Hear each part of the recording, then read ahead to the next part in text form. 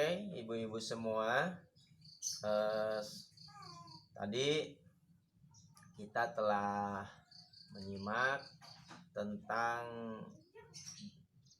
pengertian lanjut usia. Nah, lanjut usia menurut Undang-Undang Nomor 13 Tahun 1998 tentang perlindungan terhadap lansia dan memperjelas keadaan lansia. Nah, tadi pengertian lansia adalah menurut WHO ya Bu ya. Flip chart yang tadi sudah ibu-ibu baca di belakang saya tentang pengertian lanjut usia. Di situ menurut Organisasi Kesehatan Dunia atau WHO bahwa batasan lanjut usia itu dibagi menjadi empat golongan Bu Ibu ya. Menjadi 4 golongan. Nah, yang pertama usia pertengahan, yaitu usia antara 45 sampai 59 tahun. Kemudian yang kedua itu adalah lanjut usia umur 60 sampai 74 tahun. Nah, kemudian yang ketiga, golongan lanjut usia itu adalah dari 75 sampai 90 tahun. Dan yang keempat adalah di atas 90 tahun. Nah, dari ibu-ibu semua di sini dari keempat golongan lansia itu mungkin kita bisa membaca ke diri sendiri. Nah, umur ibu-ibu di sini berapa tahun seperti itu. Nah, kalau ibu-ibu sudah umurnya 45 tahun, nah berarti ibu sudah menginjak lansia, ya Bu ya, menginjak lansia. Namun lansia ini dibagi menjadi 3, ada lansia dikategorikan masih mampu melakukan sesuatu dengan sendiri tanpa harus menggunakan pertolongan orang lain. Nah, itu bisa dikategorikan di umur 45 sampai 59 tahun. Ada lagi lansia yang sudah rentah sekali Bu. Nah, ini yang sudah tidak bisa melakukan apa-apa kecuali dengan pertolongan keluarga, anak, seperti itu. Nah, itu berarti umurnya sudah 90 tahunan ya. Tapi jarang ya Bu ya umur lansia yang sampai 90 tahun seperti itu ya. Oke. Nah, selanjutnya di ayat 2-nya tadi Ibu sudah bacakan di sini. Nah, lanjut usia adalah seseorang yang telah mencapai usia di atas 60 tahun. Nah, namun di sini Ibu-ibu kita perlu tahu juga, dan pernah sempat saya sampaikan bahwa di PKH ini syarat lansianya itu harus umur berapa tahun Bu Ibu? 7. Terus berapa tahun? 70 tahun. 70 tahun Bu Ibu ya. Ibu-ibu mah suka lupa ya. Padahal setiap kali pertemuan kelompok selalu saya sampaikan. Apa jangan-jangan komponen penerima PKH pun lupa Bu Ibu ya. Lupa nggak Bu? Enggak. Nah, ada yang lupa, ada yang ingat, ada yang lupa ingat ya Bu ya.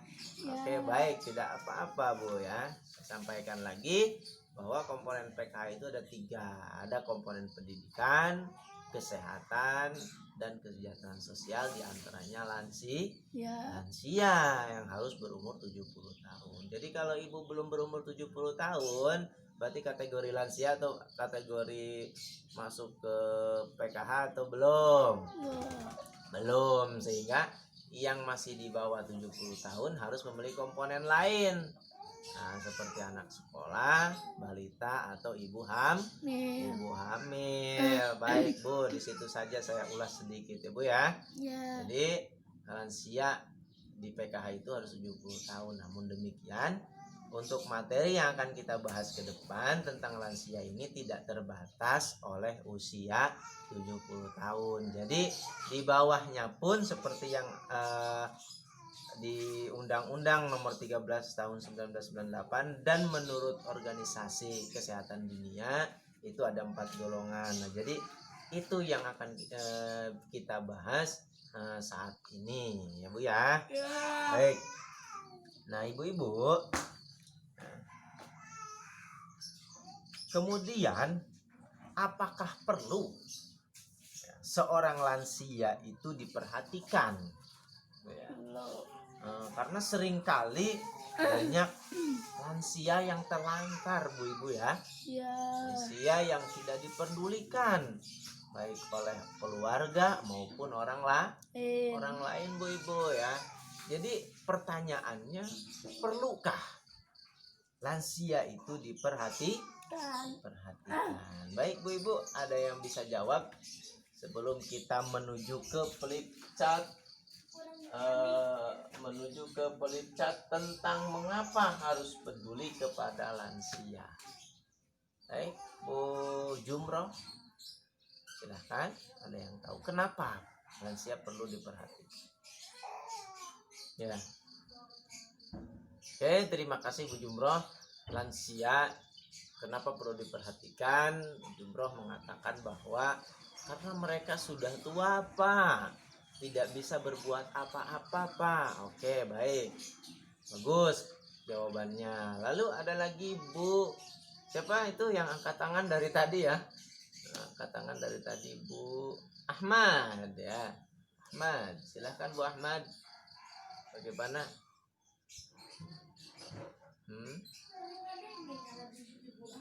Oh, ya. Ya, Bu Ahmad mengatakan bahwa kenapa lansia harus diperhatikan? Karena lansia itu adalah kita kurang oge cenah bakal jadi kolot. Jadi kurang kudu ingat.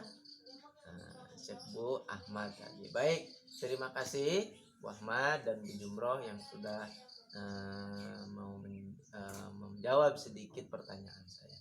Baik ibu-ibu sekalian, untuk lebih memperjelas kita coba lihat flip chart nomor 2. Di sini ada judulnya tentang mengapa harus peduli kepada lansia. Baik, mungkin dari ibu-ibu sekalian ada yang mau membacakan dengan rela hati. Di sini ada beberapa poin tentang alasan mengapa harus peduli kepada lansia. Baik, yang pertama silahkan Bu Waroh mungkin ya. Ya silahkan Bu Waroh. Ya.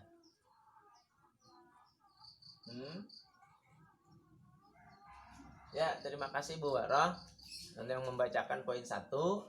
Di sini dalam poin 1 dikatakan bahwa amanat Undang-Undang Nomor 13 Tahun 1998 Bu Ibu ya, tentang kesejahteraan lansia memiliki hak yang sama dalam kehidupan bermasyarakat, berbangsa dan bernegara. Nah, banyak hak-hak lansia yang harus diperhatikan. Di antaranya hak untuk hidup ya, hak diperlakukan sama dengan orang-orang di usia di bawahnya, seperti itu. Misalnya kita nih masih muda memiliki hak-hak yang diperjuangkan. Nah, lansia pun sama.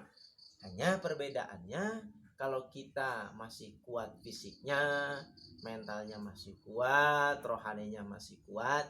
Tapi kalau lansia, mereka hanya punya keinginan saja Bu Ibu, tetapi tidak mampu sepenuhnya untuk melakukan.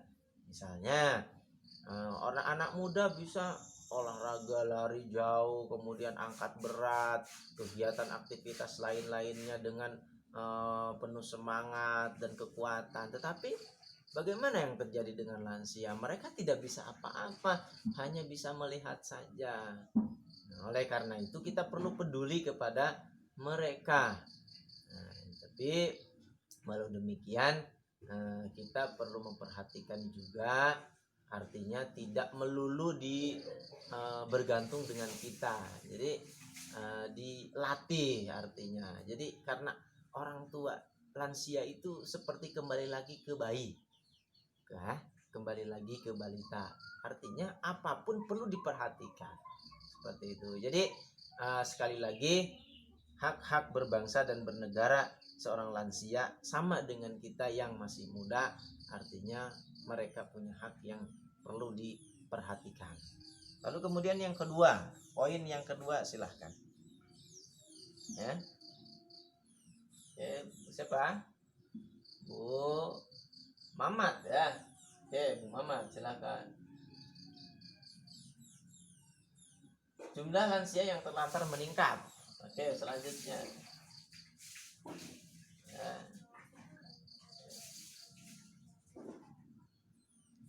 Oke, Kemensos 2015 dari 600 juta lansia tersebut sedikitnya ada 2,8 juta lansia yang terlantar dan ada 4,6 juta lansia yang potensial terlantar. Lalu selanjutnya Bu Jumroh, Bu Mamat, poin yang ketiganya selanjutnya ya. Baik, data menyebutkan lansia mengalami kekerasan dan penelantaran. Baik, Bu ya. Jadi sudah dibacakan oleh Bu Mamat, terima kasih. Bu siapa? Mamat ya, terima kasih Bu Mamat. Nah ini jumlah lansia yang terlantar meningkat. Ya betul, jumlah lansia yang terlantar meningkat. Kenapa demikian? Tadi yang sudah disampaikan, Bu ya. Hanya alasan kenapa lansia lansia terlantar. Karena inti daripada itu kurangnya perhatian dan kurang pemahaman seseorang atau keluarga atau masyarakat terhadap lansia. Ya, meskipun di beberapa daerah banyak yang sudah mulai memperhatikan kehidupan lansia, begitu ya Bu ya. Nah, di sini ada 16 juta lansia tersebut. Setidaknya ada 2,8 juta lansia yang terlantar, Bu. Banyak sekali, Bu. 2,8 juta lansia terlantar. Ini 2015. Wallahu a'lam sekarang seperti apa. Kita belum lihat rilis lagi dari Kementerian Sosial. Rilis itu apa, Bu? Rilis itu artinya data yang dihasilkan dari hasil analisa, dari hasil penelitian, Bu ya. Penelitian Kementerian Sosial melalui kerjasama dengan dinas atau kementerian terkait seperti itu ya Bu ya. Oke. Ada 4,6 juta lansia yang potensial terlantar. Berarti kalau potensial terlantar bagaimana Bu? Bisa dijelaskan Bu? Silahkan. Tadi kan 2,8 jutanya sudah terlantar, sekarang 4,6 jutanya potensi. Berarti kalau potensi apa Bu? Ya, belum tahu ya Bu ya. Jadi kalau potensi itu artinya kemungkinan bisa terlantar. Ya, jadi angka harapan mereka untuk terlantar itu dekat. Nah ini jangan sampai kemudian jumlah yang 2,8 ditambah lagi 4,6. Ini semakin banyak nanti lansia yang terlantar, kasihan hak mereka dikebiri ya Bu ya, dikabiri, dilanggar, kemudian tidak diberikan hak-haknya, kasihan Bu ya. Lalu selanjutnya ya saya bacakan ya Bu ya, biar lebih cepat ya Bu ya. Oke, lansia adalah orang tua yang membesarkan dan mendidik dengan kasih sayang. Nah ini yang perlu kita ingat nih Bu ya, lansia yang mendidik kita, membesarkan sampai kita dewasa. Nah ini karena lansia itu memiliki figur yang kuat, Bu ya, memiliki figur yang kuat. Mereka sudah membesarkan kita, mendidik kita, merawat kita. Itu artinya kita perlu juga kemudian ketika mereka sudah lansia, kita harus merawat mereka, Jadi dulu mereka merawat kita ketika kecil, ya kita harus merawat mereka ketika mereka kemudian sudah lansia atau lanjut usia. Karena dulu kita masih kecil, kita tidak bisa apa-apa, mereka bantu. Nah sekarang lansia, orang tua kita sudah lansia, mereka tidak bisa apa-apa, ya kita bantu. Karena mereka hanya berharap kepada kita yang menjadi seorang anaknya yang masih muda.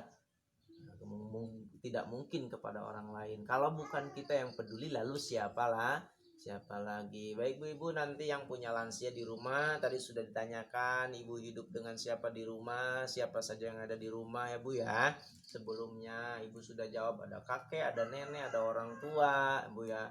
Nah di situ Ibu ditanya, oh berarti itu siapa? Oh lansia. Nah itu Bu yang perlu kita perhatikan kemudian. Nah mereka cenderung memiliki pengetahuan yang lebih banyak, kemudian pengalaman keuangan, lalu moral atau akhlak ya Bu ya. Jadi mereka lebih pengalaman, lebih banyak pengetahuan, sehingga alangkah baiknya kita kemudian bukan mengkucilkan mereka, tetapi sebagai anak kepada orang tuanya patut meminta doa Ibu ya, meminta restu dan lain sebagainya, karena bagaimanapun orang tua itu adalah keramat bagi anaknya, seperti itu ya Bu ya. Baik, kita lanjutkan Bu. Di sini poin yang selanjutnya, lansia kurang mendapat perhatian dari keluarga, tadi sudah disampaikan. Lalu lansia adalah potret kita di masa yang akan datang. Nah, kenapa kita peduli lansia? Karena kita juga nanti bakal tua, bakal jadi lansia ketika fisik kita berkurang ya Bu ya. Kemudian kemampuan kita motorik, sensor motorik kita berkurang ya Bu ya. Sensor motorik itu artinya kemampuan kita seperti untuk melihat, kemampuan kita untuk mendengar, kemudian kemampuan kita untuk meraba, kemudian kemampuan emosional ya Bu ya. Kemampuan emosional seperti tidak bisa mengendalikan amarah, cepat marah, sering mengkritik dan lain-lain. Itu adalah yang ditimbulkan oleh seseorang yang sudah lansia. Itu wajar, namun demikian kita perlu memperhatikan mereka agar kita paham dan mengerti, oh memang lansia itu seperti itu, sehingga kita tidak cepat emosi dan marah ketika mengurusi mereka yang sudah lansia. Begitu ya Ibu ya. Dapat dipahami sampai di sini Bu?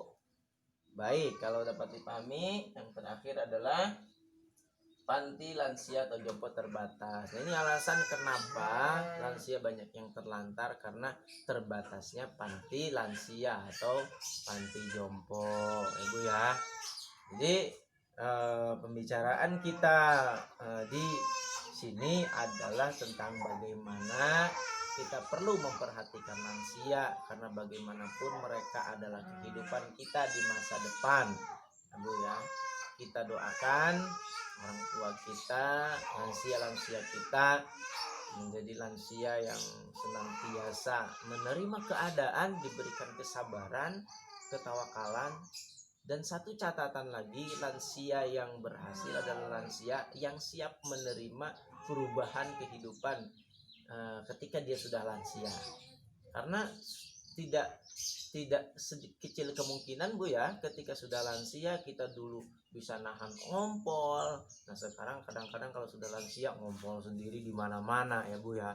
Kemudian ya Bu ya di mana-mana karena tidak bisa menahan.